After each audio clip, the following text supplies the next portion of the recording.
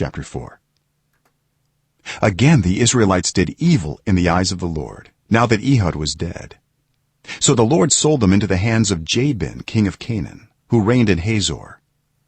Sisera, the commander of his army, was based in Harosheth Hagoyim. Because he had 900 chariots fitted with iron and had cruelly oppressed the Israelites for 20 years, they cried to the Lord for help. Now Deborah, a prophet, the wife of Lapidoth, was leading Israel at that time. She held court under the palm of Deborah between Ramah and Bethel in the hill country of Ephraim, and the Israelites went up to her to have their disputes decided. She sent for Barak son of Abinoam from Kedesh in Naphtali and said to him, "The Lord, the God of Israel, commands you, go, take with you 10,000 men of Naphtali and Zebulun and lead them up to Mount Tabor. I will lead Sisera, the commander of Jabin's army, with his chariots and his troops to the Kishon river and give him into your hands." Barak said to her, "If you go with me, I will go. But if you don't go with me, I won't go." "Certainly I will go with you," said Deborah, "but because of the course you are taking, the honor will not be yours, for the Lord will deliver Sisera into the hands of a woman." So Deborah went with Barak to Kedesh. There Barak summoned Zebulun and Naphtali, and 10,000 men went up under his command. Deborah also went up with him. Now Heber the Kenite had left the other Kenites, the descendants of Hobab, Moses' brother-in-law, and pitched his tent by the great tree in Zaanannim near Kedesh. When they told Sisera that Barak son of Abinoam had gone up to Mount Tabor, Sisera summoned from Harosheth Hagoyim to the Kishon river all his men and his 900 chariots fitted with iron.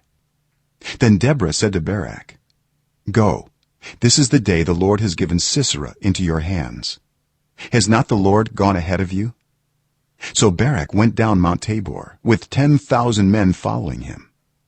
At Barak's advance the Lord routed Sisera and all his chariots and army by the sword, and Sisera got down from his chariot and fled on foot.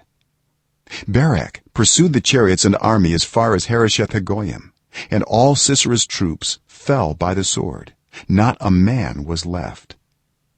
Sisera meanwhile fled on foot to the tent of Jael, the wife of Heber the Kenite, because there was an alliance between Jabin king of Hazor and the family of Heber the Kenite. Jael went out to meet Sisera and said to him, "Come, my lord, come right in, don't be afraid." So he entered her tent, and she covered him with a blanket. "I'm thirsty," he said. "Please give me some water." She opened a skin of milk, gave him a drink, and covered him up. "Stand in the doorway of the tent," he told her. "If someone comes by and asks you, 'Is anyone in there?' say no." But Jael, Heber's wife, picked up a tent peg and a hammer and went quietly to him while he lay fast asleep, exhausted. She drove the peg through his temple into the ground, and he died.